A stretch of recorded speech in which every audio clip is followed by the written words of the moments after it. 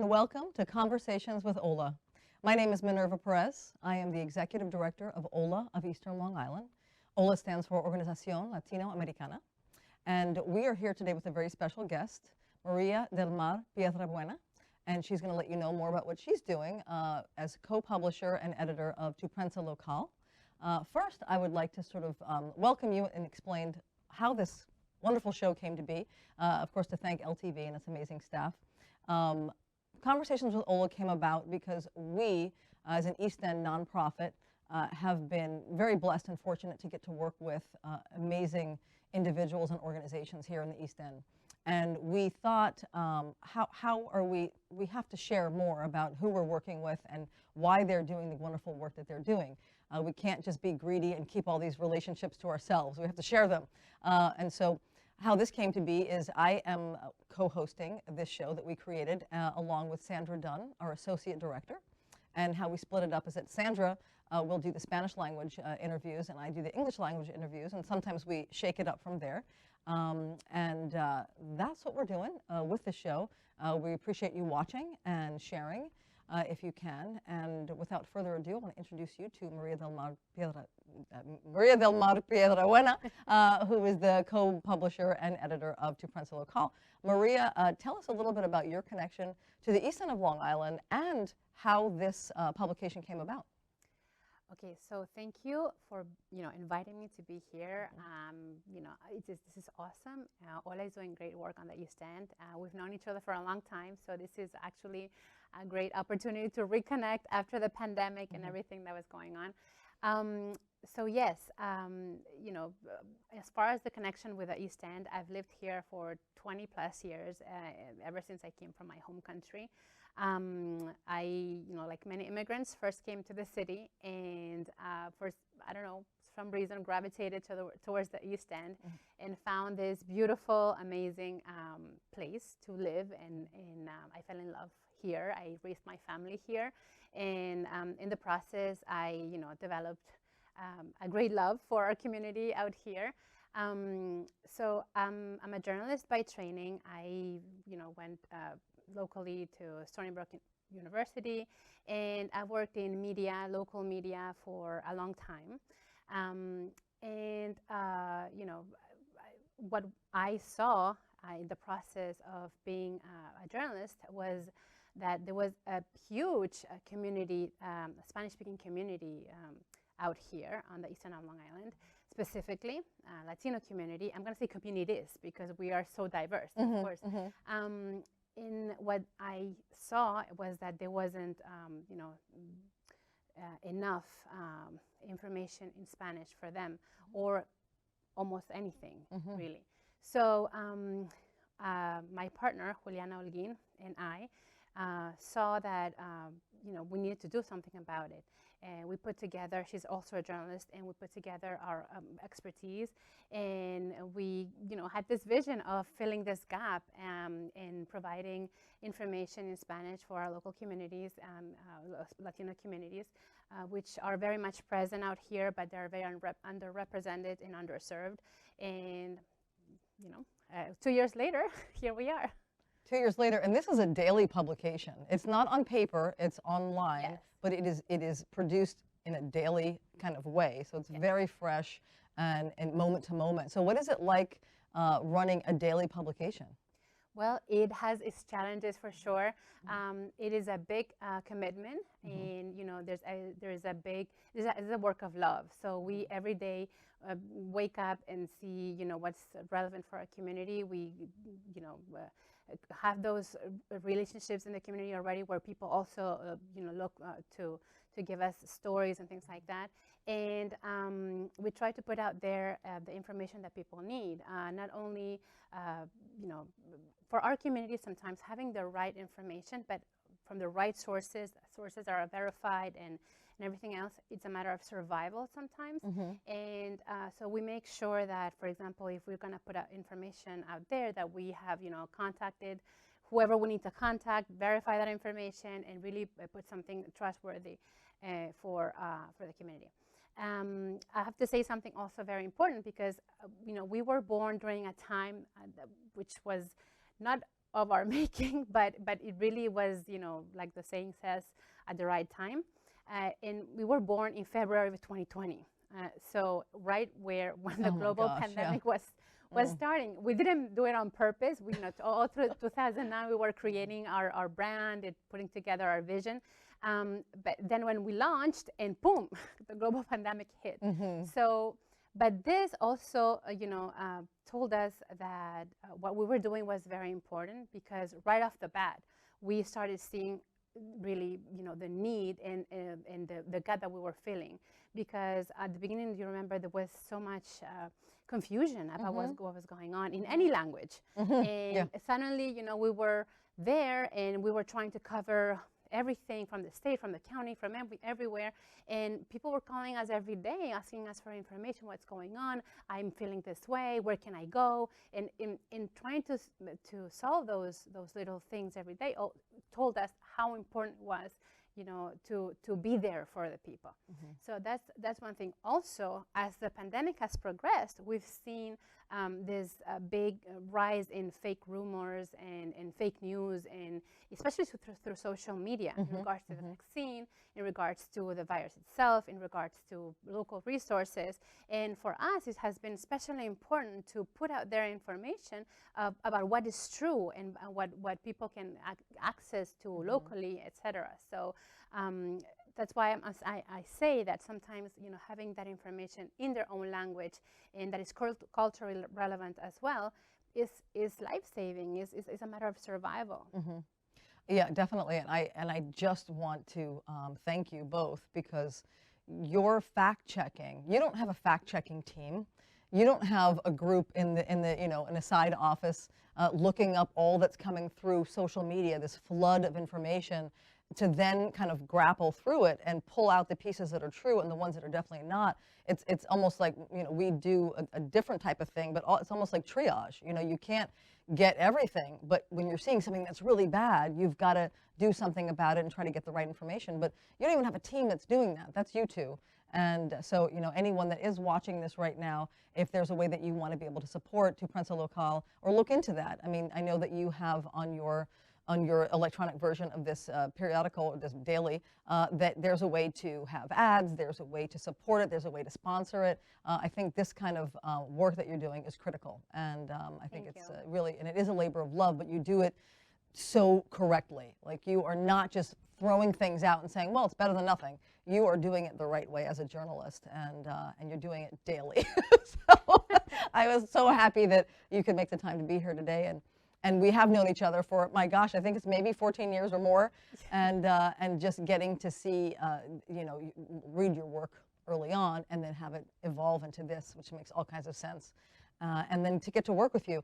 One other point that I want to put out there is that what's different about what you do as a publisher and editor is this is so necessary and so critical that people don't see you as just a news source. There's other news sources out there. People aren't going to call up and say, my grandma's really sick.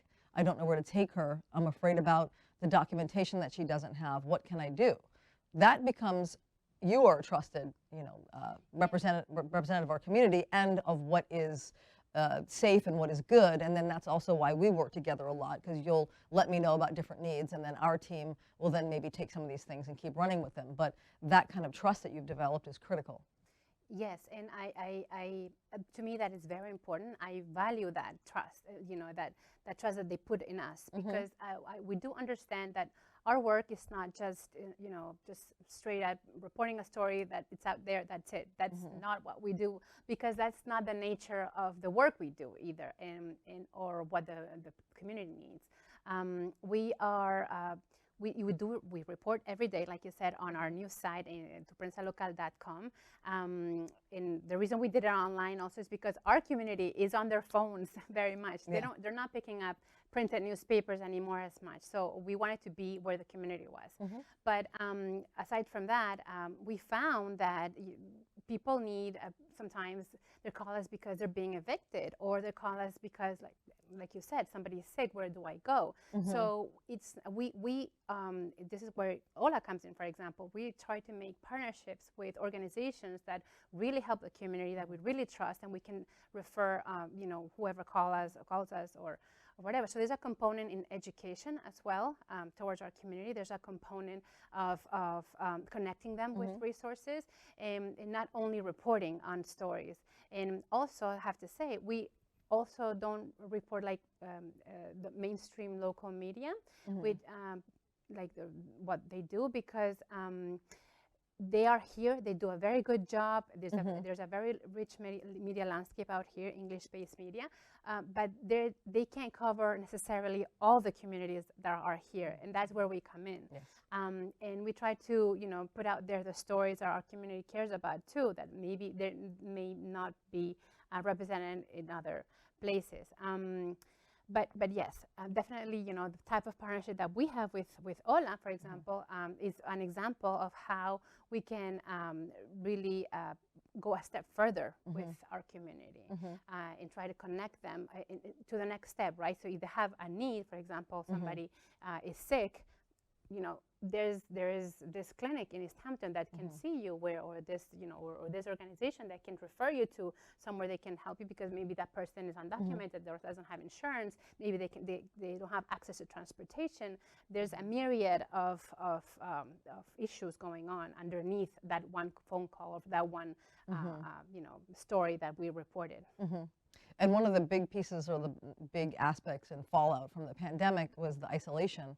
And I think it's important to note that way before the pandemic, our community suffered and still suffers great isolation. So that idea that you could be in almost a little bubble where you are working, and I don't want to represent Latino members of our community as only put upon, or the most vulnerable, or not absolute amazing contributors and entrepreneurs and very wealthy, capable, and making things happen out here, running businesses.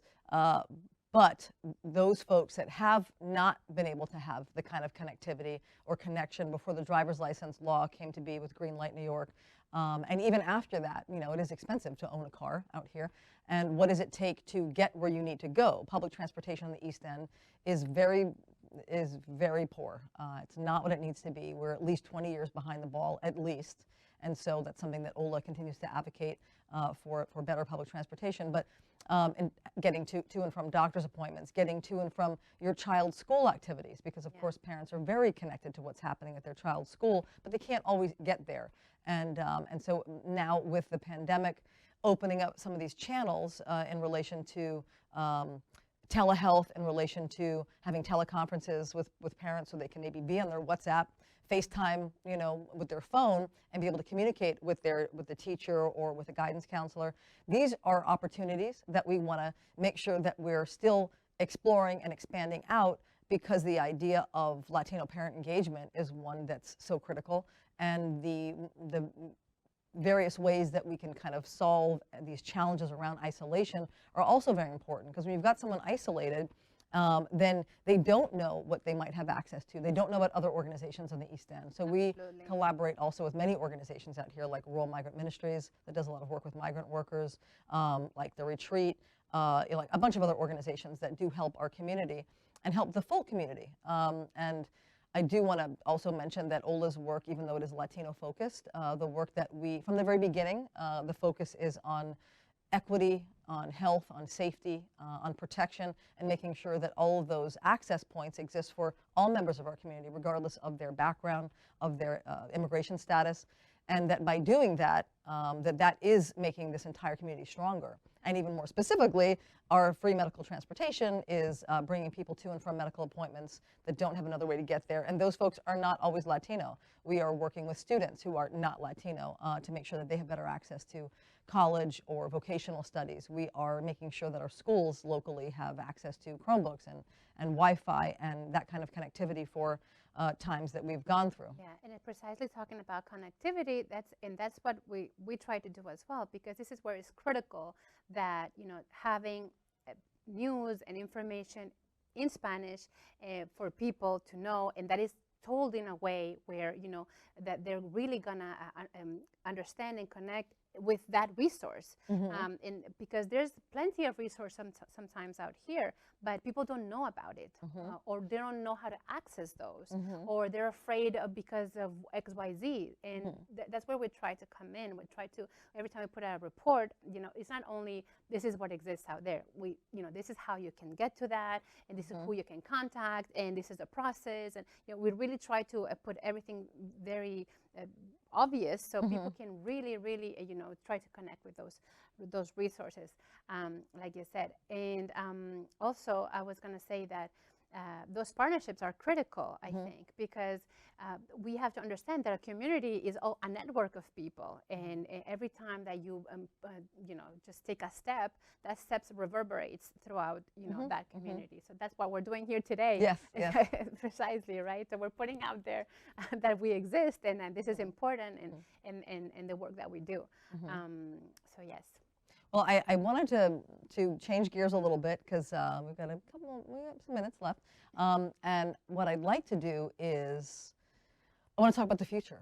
And these conversations, it's important to point out to everyone, are not scripted. This is just us having a conversation. And so this is not a wild card at you, but I want you to really take a moment and kind of center yourself in all that you've been feeling. We're almost at the end of the year now. This is, you know, even though you might be watching this, who knows, 2 years from now, but we're almost at the end of the year, 2021. We're in December. From everything that you've seen over the last couple of years, the beauty, the pain, the challenge, the upset, the frustration, as a member of this community, as a professional, as a journalist, what could you dream for a future? What is a future that you want to see in relation to the work that you do and what you've seen? But what is a future for the East End that you feel that we should be moving toward? Dream a little bit out loud. Well, a future where, you know, for example, housing and transportation is much more available to people. A future where we can grow, Tu Prensa Local can grow, and more people know of us, and we can grow our stuff, and we can grow the way we serve our communities. A future where, you know, we can find more safe spaces for our communities and the community at large, right? Because, like I said, we're all interconnected. Where those partnerships really thrive, where there's places for us to do projects together. And I don't know, I think there's so much good and so much to explore here on the East End. Something I was going to mention before, and this is really important, Suffolk County has around 20% Latinos, according to the latest census data. Out here on the East End, sometimes it's even more, depending on the town, 25%, 24%, depending on each town. And we are, you know, growing as a community in population-wise, especially we're diversifying population-wise. So we have to, I want to see, you know, more representation in town boards and school boards. I want to see that more out there, because right now it feels that at best we're underrepresented, underserved, words were ignored. And I really want that to change. I really want, and I want to, you know, do my part in changing that as well. So yeah, there's many dreams, that's for sure. I always like to hear the dreams. I like to hear the dreams because if we don't have them in the front of our head, they won't happen. Yes. And it's important that we do, and that we say them out loud, and that we write them down, and that we speak them out loud and commit them to things like this. It is committed. It is committed. Your dreams are out there. Yes. You know, I'll share maybe a couple that I'm seeing from my perspective is that since I joined OLA in 2016, February, as pretty much the first full-time paid executive director, it's been nonstop crisis. It's been nonstop crisis. And even though OLA was born out of aspects of injustice that were happening, out here: wage theft, worker safety, education, like equal access to public education. It had progressed to like crazy level crisis, and so much of what I enjoy about the work that I get to do with OLA is certainly meeting crisis needs, is certainly developing relationships with people in different levels of power, decision-making capacity, for them to just have a different perspective. Because oftentimes it's not, people just don't know. They don't know what they don't know. And if you're bringing more information to the table and that you're seeing that, wow, from that conversation, these other things are born, then that's exciting and that's very, very positive, and that it means a lot. But what I'd like to see is that we can kind of get through some of these crises to the real beauty, because what we have here is this such a vibrant community, peaceful community. We've got so many non-Latino supporters and family members that are just, they're excited to just know more about all the other folks in the community. We've started something called Conversation Cafe, and that we do that through a tiny little grant that we have through Southampton Town, where Sandra is running these little workshops where Latinos who speak a certain level of English and non-Latinos that speak a certain level of Spanish, we bring them together with some food, and Sandra helps to kind of curate the conversation a little bit and allow folks to be able to not just speak the language, but get to know each other. And that little thing that you feel like is so small is huge, because what we really see behind all of the crisis is that people really just want to be connected with each other. They want to know about each other. There's always going to be fear. There's going to be pockets of, I don't know that, looks weird, scares me, go away. But quite honestly, there's a lot more of the other stuff. There's a lot more of the curiosity, the care, the love, the fact that our kids are going to school with each other and they're friends. Our 24 East End districts are about 40 to 45%, and sometimes more, but on average, yes, Latino student body. Yes. And those Latino students are not all students that just came here yesterday. They're students that have been here for, their families have been here for generations and generations, and some are more recent arrivals to our area. But that's 40 to 50% Latino student body. Some districts, 66% or more. Yeah. What we need to look at is that the health of our young people, it needs to be embraced as the future of our community, the future of our nation, the future of this globe, is how we care for our children and how we demonstrate how we are to each other. I want to point out that Tu Prensa Local was one of a couple of local periodicals that was willing to take on a very difficult, I'm not going to go into the details, but a difficult story because there was power and money behind one aspect of this story, and you took it very carefully, but you weren't afraid of it. And what I want to put out there is that, you know, we need as a community, and my dream is that we get to a certain point where, yeah, we can figure some things out through the court, we can figure some things out with lawyers, but do we have to always, you know? Can there be another way that we engage with each other, that we kind of have a level and a bar that we set that's a bit higher out here in this special place? And I think how we work with our youth, how we work with our most vulnerable, how we engage, how we open our minds to knowing the why isn't that person at the table? Every table I'm at where people are making decisions, I want to say out loud, who's not at this table? Who's not here? Let's acknowledge it. And let's not just point a finger and say, well, bad on them, they should be here. Shame on them, they should be here. Yeah. Why aren't they here? Who's not here? And how do we increase that connectivity? How do we increase that engagement? And put it on us to do that, those who have the capacity to do more and to get the word out. So I have a vision, or a dream anyway, for that, and to work with you and other organizations and our amazing team to make that happen. And with the last kind of few minutes that we have, I want to let you take it away, and I might do like a face so that you know, okay, we're gonna, and then maybe I'll just jump in and say thank you. But take it away. Tell me some more. No, I just wanted to mention, you know, just what you were saying is that since we launched, we've grown tremendously and exponentially. That's how we became the number one Spanish news site in Suffolk County. So we're really happy about that. But and because we saw how people responded. I mean, people are engaging with us. When you give people a chance, they will really, reward you back. They're engaging. They're sharing their stories. They comment on all that we publish, about anything and everything. And that's amazing. That's amazing because that tells you so much.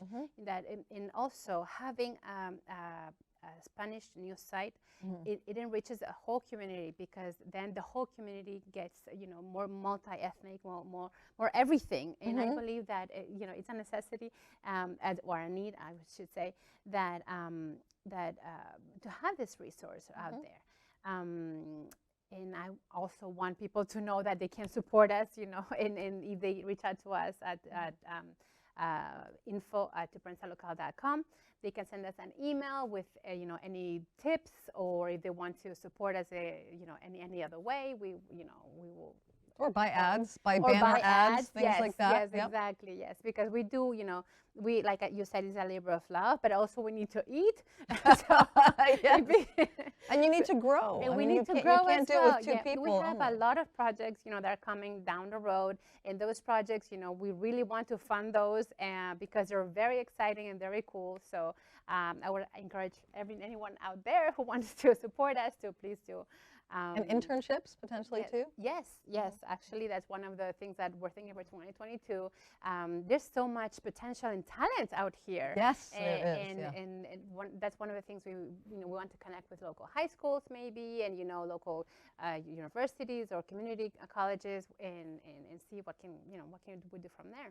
Oh yeah, definitely. The future is bright, and I can tell you, and your commitment to that bright future is what makes your publication so special, and it's really wonderful. And Juliana, I'd love to maybe have her on in the future as well. She's an East Hampton resident, and get to talk with her as well about her background and her connection to the East End and what she does with Tu Prensa. But I just want to thank you so much for being here. I want to thank everyone for watching, and to keep a lookout for what happens with Tu Prensa Local. Always connect up with Ola whenever you like, 631-899-3441. And we look forward to hearing from everyone. And thank you so much, Maria. Thank you so much. And our phone number is 631-213-1023. And you can write to us at info@tuprensalocal.com, and check us out at www.tuprensalocal.com. Thank you very much. Thank you, Maria. Thank you. Thank you. This is fun.